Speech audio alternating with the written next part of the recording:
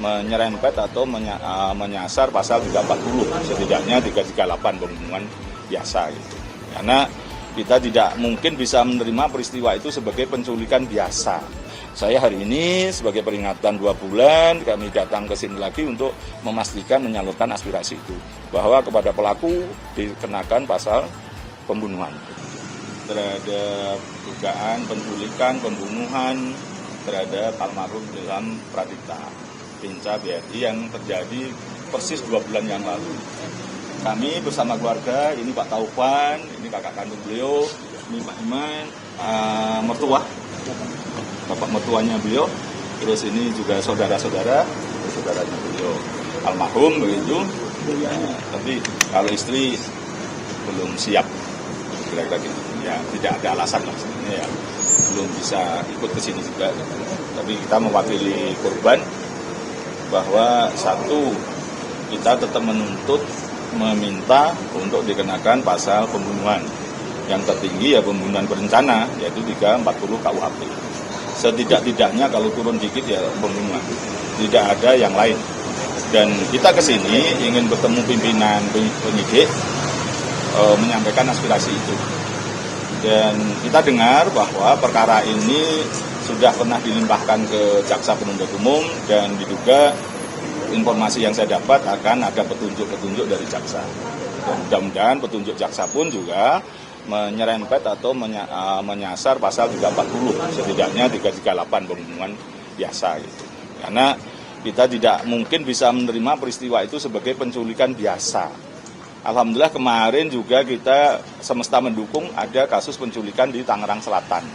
Ya kalau penculikan itu ya begitu gitu loh, nggak ada yang tewas gitu kan.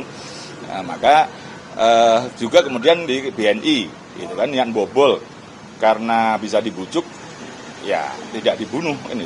Maka jelas almarhum ini tidak bersedia, dan ada 2 catatan yang ingin saya sampaikan teman-teman yang baru itu adalah satu, bahwa ternyata almarhum itu 3 hari sebelum peristiwa ditemui 3 orang. Salah satunya bernama Denny, ada R, ada W gitu. Nah itu di salah satu minimarket yang bukan tempat kejadian, di minimarket yang lain. Yang kalau itu kan L, kalau yang ini I gitu. Nah membujuk gitu, dan gagal. Nampaknya dari tim 3 orang ini menyampaikan kepada DH bahwa gagal membujuk. Nah, kemudian dilaporkan ke C di Kalibata, maka ya berarti kan kalau sudah dikatakan gagal membujuk kan hanya diambil untuk diteror atau diancam lagi untuk dipaksa untuk mau. Tapi kan karena almarhum ini tidak mau kan ya sudah otomatis kan dihilangkan.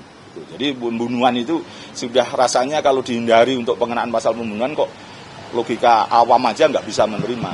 Itu yang pertama. Yang kedua, setelah saya telusuri Denny ini ternyata orang Bandung gitu yang pernah dihukum 1 tahun karena dugaan penggelapan, dan dia sudah kira-kira sulit keekonomian terus bergabung dengan kelompok DH ini, dan bahkan dia menyampaikan kepada beberapa orang itu bahwa dia akan kembali kaya raya gitu. Berarti kembali kaya raya kan dalam rangka membobol bank itu. Jadi saya akan minta kelompok D, kelompok pembujuk ini yang 3 orang itu ya harus dikenakan pasal percobaan pembobolan bank.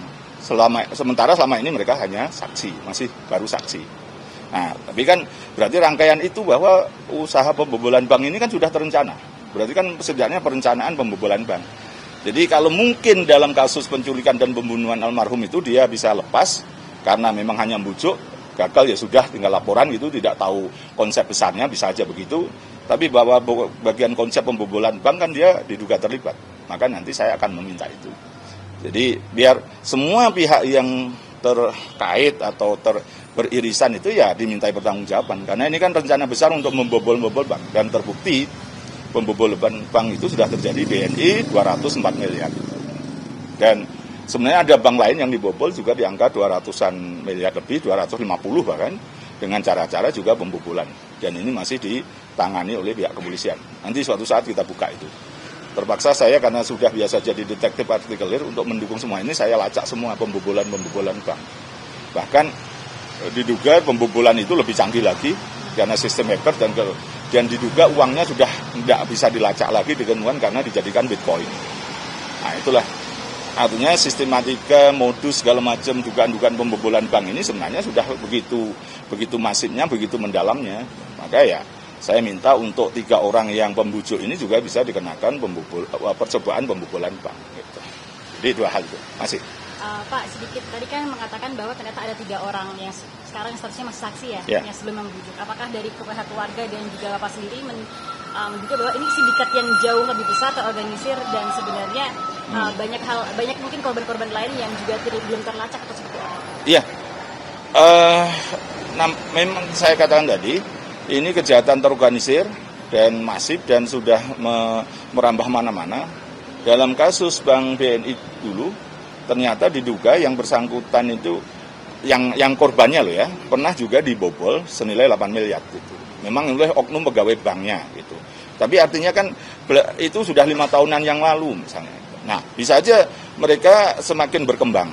Yang oknum tadi dipecat tapi bisa aja udah keluar bertemu lagi dengan pihak lain atau menginspirasi pihak lain gitu untuk semakin masif untuk membobol bank. Karena paling gampang itu sebenarnya kan ya memang bobol bank, dan kalau istilah zaman koboi dulu kan bobol bank itu kan tidak merugikan orang, itu hanya merugikan perusahaan kan itu kan. Jadi ini sudah, tapi merugikan juga perekonomian negara nanti, menjadi masyarakat juga ekonomi tidak tumbuh, berturun segala macam kan kita semua juga akan jadi korban. Gitu. Jadi ini harus memang alarm bagi kepolisian dan kita semua bahwa sindikat-sindikat ini sudah sekian besarnya.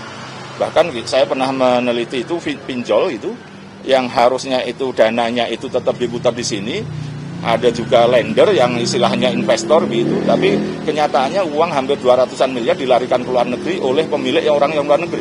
Habis itu dia mengatakan bahwa gagal istilahnya bagi hasilnya kurang misalnya gitu. Ternyata dilarikan ke luar negeri. Gitu. Jadi bukan hanya kejahatan yang pihak lain, tapi juga sudah ada kejahatan terorganisir oleh lembaga-lembaganya juga gitu.